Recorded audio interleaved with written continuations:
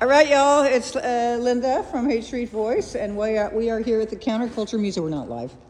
We're here at the Counterculture Museum with Estelle, Kira, and Jerry. Hello. And look at this place, y'all. Since the last video I took, well, last time, I didn't even take a video last time. This is the first they're seeing it. Is it?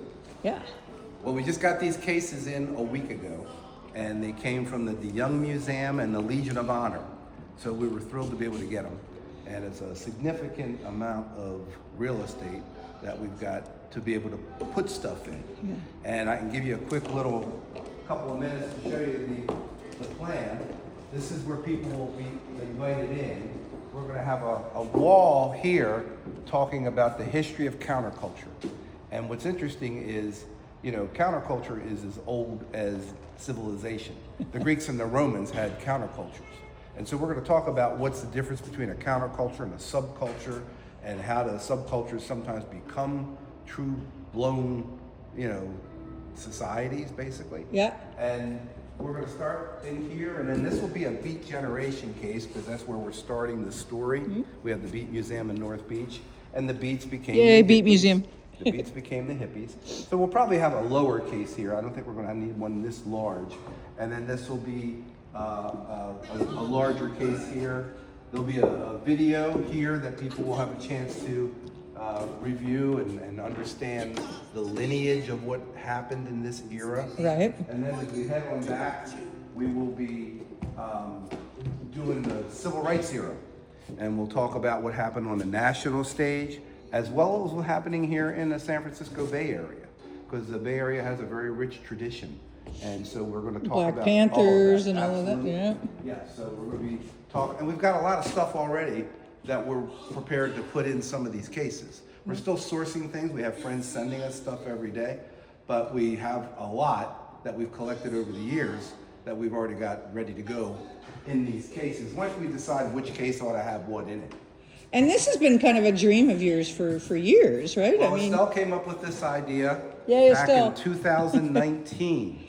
And in 2020, February, is when we registered the domain name counterculturemuseum.org.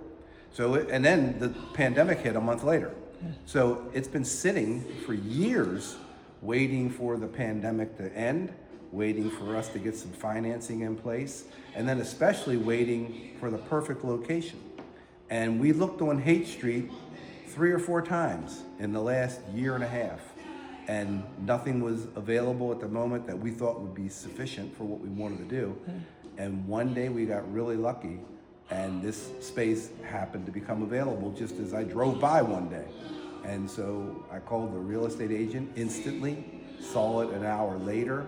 Estelle saw it the next day, and we put an offer in soon after that. Wow. So we're really jazzed, because I mean, you can't have a better location than the intersection of Haight and Ashbury. No, it's beautiful. I mean, talk about kismet, karma, whatever you want to call Really it. It's beautiful. synchronicity. Yeah.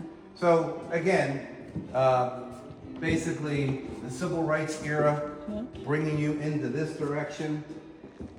This case will probably be split in half, so that you see some stuff on this side, and then and that'll guide you into this area. And then we have a special exhibition room, as well as this would probably be the women's rights, feminism section. Yep. Because we'll leave right out of the civil rights into women's rights. Yep. And then we'll have rotating exhibitions in these 3 walls on the back. The very first one we expect to have will be the San Francisco Oracle. Take a look at these. These are gorgeous. We have 8 of the original 12 oracles that are beautiful. And this is only 4 of them. We just put them up along with that Stanley Mouse piece in the center, just to show what we can do and what we expect to do. But this is a magnificent one of the Houseboat Summit. The Oracle was responsible for the human being. The same people were involved. Alan Cohen, thank you. Exactly. Alan Cohen. Right, Michael Bowen. Bowen. A lot of people as well, and we're in touch with a lot of the folks that were still part of it. And you know, Travis was a part of it. Yeah. So we're going to be, focused on that. Now, these pieces will probably be re-displayed over on the big wall, because we've got more to tell in that area. Right. And then this, what's going on down here? Well, this is just something we set up in an hour to see you know, how we may want these things to work out. Right. And using some color schemes and just throwing a few items in. But we've got a tremendous amount of stuff. You can see all the Grateful Dead stuff that's just sitting there waiting to go. We got a lot of interesting things. Now, let me ask you that. I'm looking at that's just so my dear friend Dennis McNally here. I just interviewed him for the Counterculture edition of the Haight Street Voice, which you guys are the cover story for. Good. Now, you're going to be having book signing type events. Yeah, he's got his book coming out in Dr. May, Dave, I think it is. Dr. Dave's right. book. And Healthcare is a right, not a privilege. Correct. Right. And so you're going to have book signing and kind of things like in here, events. Yeah.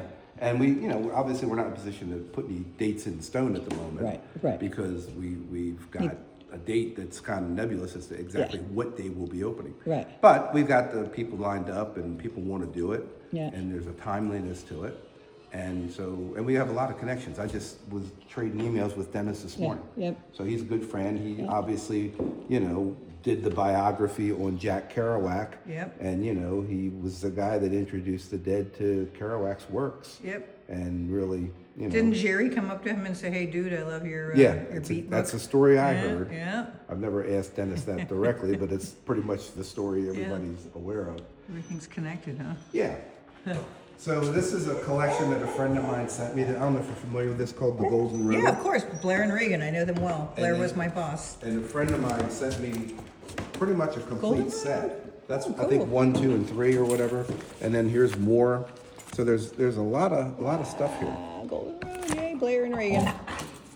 Yeah, and we'll have to get some copies of Haight Street Voice in here too. Oh, yeah, sure. In fact, yeah, if you've got a full set. Especially the 1 year cover story. Come on, what are you barking at? Go see Mom. Go see Mom.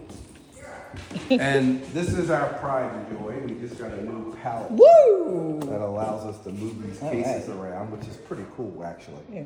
Because instead of having 2 or 4 guys lifting things and carrying them around, this thing just... That's awesome. Congratulations. I work in a warehouse. They are fun. And then it'll move from this into the LBGTQ, is that right? Likely, yes. Yeah. That could very well be here. And so that's the expectation. It could change. We have other ideas. This is a case we put together quickly. Again, just to show what's possible. Yeah, right. To show, you know, the Vietnam anti-war movement, you know, thou shalt not kill button and you know, the various peace signs and the moratorium and the March on the Pentagon for Peace, Daniel Ellsberg stuff. This is a great picture of William Calley. He was the guy who was prosecuted for the My Lai massacre. And this is a you know, media markup showing how they had the photograph, and they said, let's crop it here and use that tight shot of just his face for that newspaper ad, or article rather. And you know, these are letters. This is a letter home where a young man's telling his parents, we burned every hut. I didn't dream I'd ever be doing anything like this, but you know, we were ordered to do it and I had to do it. You know, just Ferlinghetti, where's Vietnam?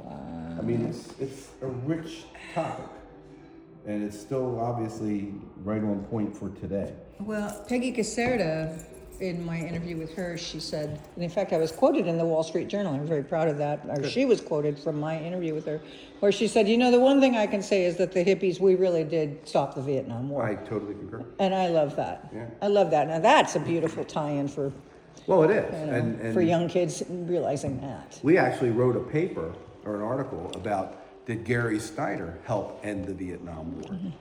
Because, you know, he actually had a meeting with Daniel Ellsberg, and he convinced him at a certain point that, you know, this war is not moral.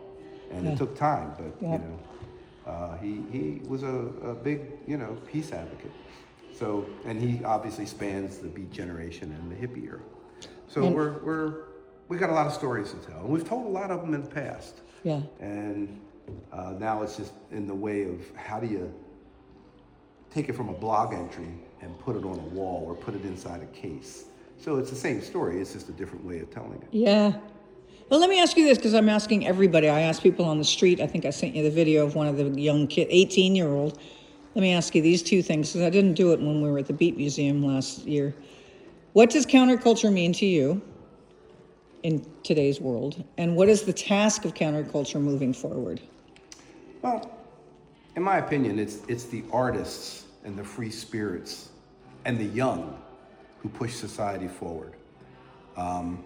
You know, it's not the uptight folks sitting behind desks making, you know, computer programs and a lot of things that really drive the culture. It's the people who kind of put their own passion and perspective into things to show what can be. And typically it's been the young. You know, every generation wants to do something different than its parents did. And in the sense of the counterculture, you know, people try out different things and sometimes things stick. And in the case of the hippies, you know, the hippies were a generation younger than the beat generation. The beat generation was a counterculture that got world famous because of electronic media. And so that's why their message went around the world. And being a generation younger, the same thing happened with the hippies. But what happened with the hippies is there were so damn many of them. The Beats looked around and said one day, you know, there's more of us than we were expecting. The hippies woke up and realized we have numbers that are huge because of the baby boom. You know, the baby boom was 1946 to 1961, 63, however you measure it. And, you know, there were 10,000 elementary schools built in the United States just to educate the kids after World War II, you know, and the culture changed because of World War II, and the middle class grew after World War II, and these young people were relatively comfortable, and they were going to colleges, and they were, you know, had different options than their parents did, and many of our fathers were in World War II, and all of a sudden the kids were getting drafted to go away to Vietnam, and it was like, this is not our father's war, this is a different type of war. And so, you know, in the minds of most Americans, the US was attacked by Japan, so we had to join in that sense. But in Vietnam, you know, it was the domino theory.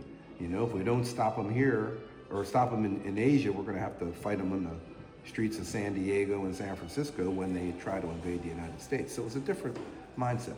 Yeah. But again, for me, counterculture is basically people who think that they can have a sense of their own lives, what's important to them, live in a more free way, and dig into what they want to dig into, whatever it may be. It's kind of like the spirit of the Beats. Right. You know, we don't care who you are, what you look like, or what you're into. As long as you're not hurting anybody else, come join our party. Right. And so as a result of that, you've got free reign. Again, you got to stay within bounds. You don't want to, you know, manipulate other people or hurt other people or take advantage or exploit other people. And that's why the hippies were so embracing. That's the whole idea behind Woodstock, you know, 400,000, 500,000 young people show up, and there's no violence, there's no trouble, there's like people getting high or doing whatever they're doing, but nobody got uptight about it. And even in the rainstorm, it was just a good weekend for most people. And the legacy lives on. And then, you know, you can measure how and when did that era end and why did it end? And there's a lot of people that have different positions on it. And some say Altamont because of the A lot of violence people there. say yeah. Altamont. A lot of people tell us that it was the Manson killings, which happened at around the same time. A lot of weird stuff started happening. Jim Jones, and then are you going to cover? I'm sure you're going to mention Moscone and that whole era, right? I mean, We're going to. Harvey we're gonna Milk talk and about all of that. Yeah. So we're you know, jazzed to be able to present all Yeah. these various stories. Yeah, and then what is the task moving forward? I mean, I think you're sort of leaving it with the LGBTQ into where do we go from here kind of thing, you know? No, we're not finished yet. We got to come out of this room first, because then we start talking about activism and what you can do to change the world. Oh. That Vietnam case that's just up for show. Yeah. The Vietnam era will probably be out here somewhere. Okay. And then over here we expect to have a wall of the Grateful Dead. And rest of rock and roll. So we're gonna have, you know, all the San Francisco sound represented. Yeah. Big Brother, Janice, all that. Absolutely. Yeah. We're gonna talk also about, you know, the LA scene and the British invasion and what was happening with other, you know, medium of rock and roll and how that changed the course of America and the world. I mean, Dylan Goes Electric is such a big story of the 60s. Yeah. And then we expect to end it up with how activism can lead to political change, societal change, And I think the big message for especially young people today is how do we save the planet? We still have a chance to do it. And the Beats and the hippies were all involved in the environmental movement. Allen Ginsberg spoke at the first Earth Day. Again, Gary Snyder involved, so many people involved of the hippie era, putting themselves on train tracks, trying to stop the plutonium going through the various, cities and towns of the USA with nuclear waste, et cetera. Yeah. And how do we come back from this? And that's the task of the new young generation. How do we recover? And so for that, we try to send people out the door that there's still time to change the world. And connecting, like that 18-year-old I interviewed in the middle of nowhere, you got to connect with people. You got to talk to each other. You got to meet people where they are. Yeah, exactly. You got to talk and get together, not just be on alone, isolated. Is really well, that's just creating. it. Yeah, and you got to do what you can from where you're at. It's kind of like that Gary Snyder quote. And you do what you can with where you're at, and you can't take on everything. You can't be involved in every single issue. But if you can pick one or two or three issues that are really important to you, you work on that. Whatever that is, whatever that issue might be for you, whether it's people that are hungry, or whether there's an immoral war or some kind of action taking place in the world, whatever it is, you find your place where you want to put your energy, and you try to make things better. that's what Wavy Gravy told me when I interviewed him last week. Was put your good where it will do the the most. Right. Put your good where it will do the most. And for us, we've had a museum for 20 years. We know how to tell a story. Yeah. And we talked about a lot of things we could be doing with the rest of our lives, but for us, this is important. Yeah. Because it empowers people. Yeah. It lets people realize they're not alone. And you can learn from what happened in the past, and you can make choices for the future. And that's why we're doing it. Well, thank you, Jerry and Estelle and Kira. And I know a lot of people, because I lived here for a million years, but a lot of people are really excited about sort of the sense of like, this hopefully is going to be a place where it's going to feel like a place you can sort of hang out and like learn, instead of just retail, instead of just a bar, instead of just a restaurant. You can come, you can learn, you can read a book.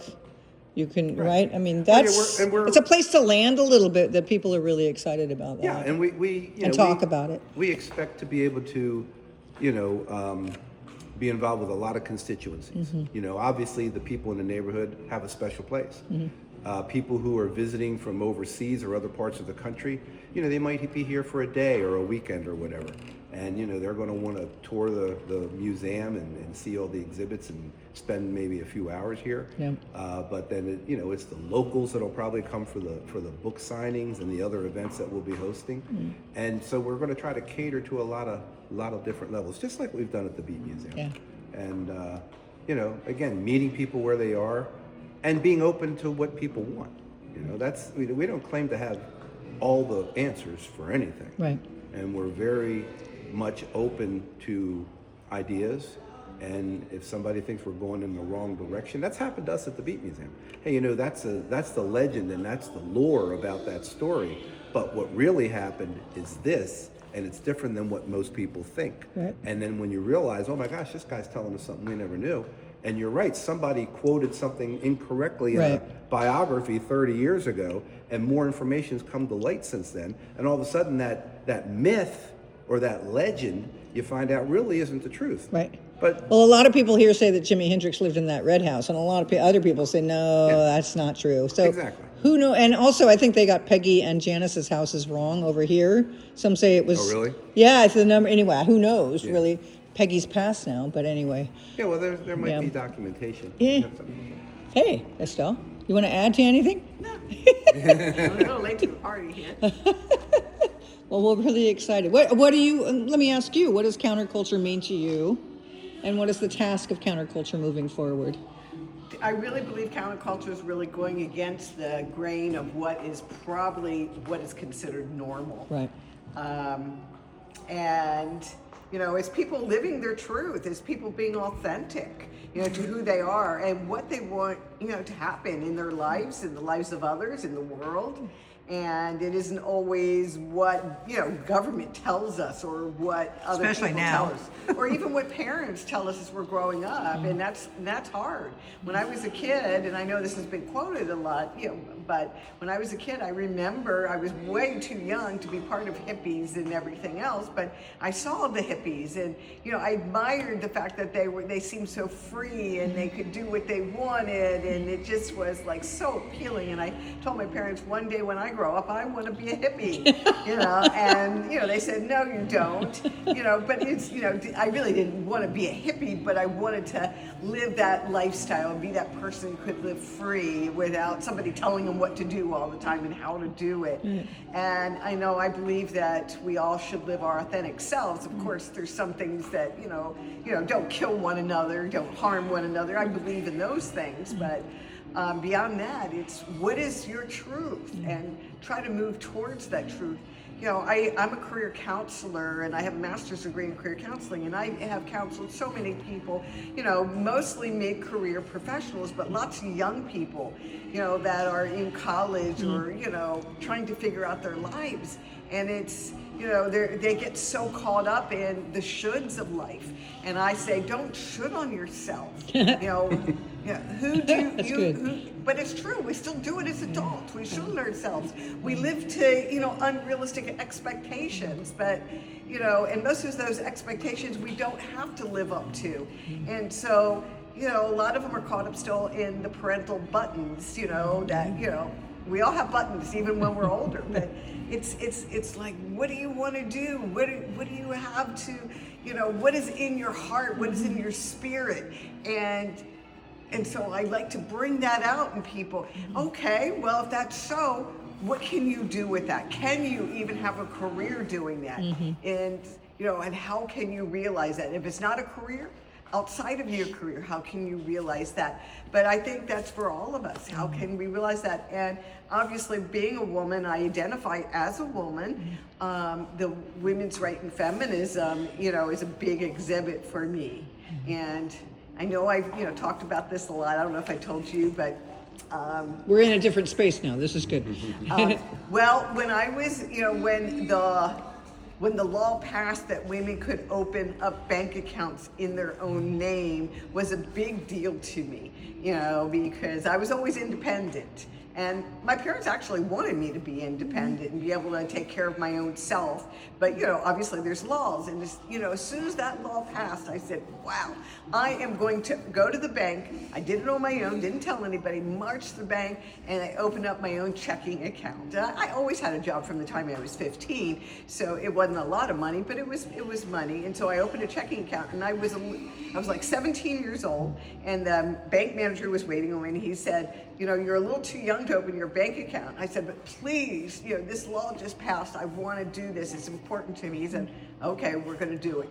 And, I got, my first bank account in my own name, at 17, and never stopped there. And it just meant something to me to be able to have, rights. And unfortunately, we see rights being taken away from people. Right now, in this very moment, I just kind of wanted to tie that into this of where we are in America right now, and the beautifulness of you guys opening this museum. A lot of people that were around in the 60s are saying this is the weirdest I've ever seen it. Yeah.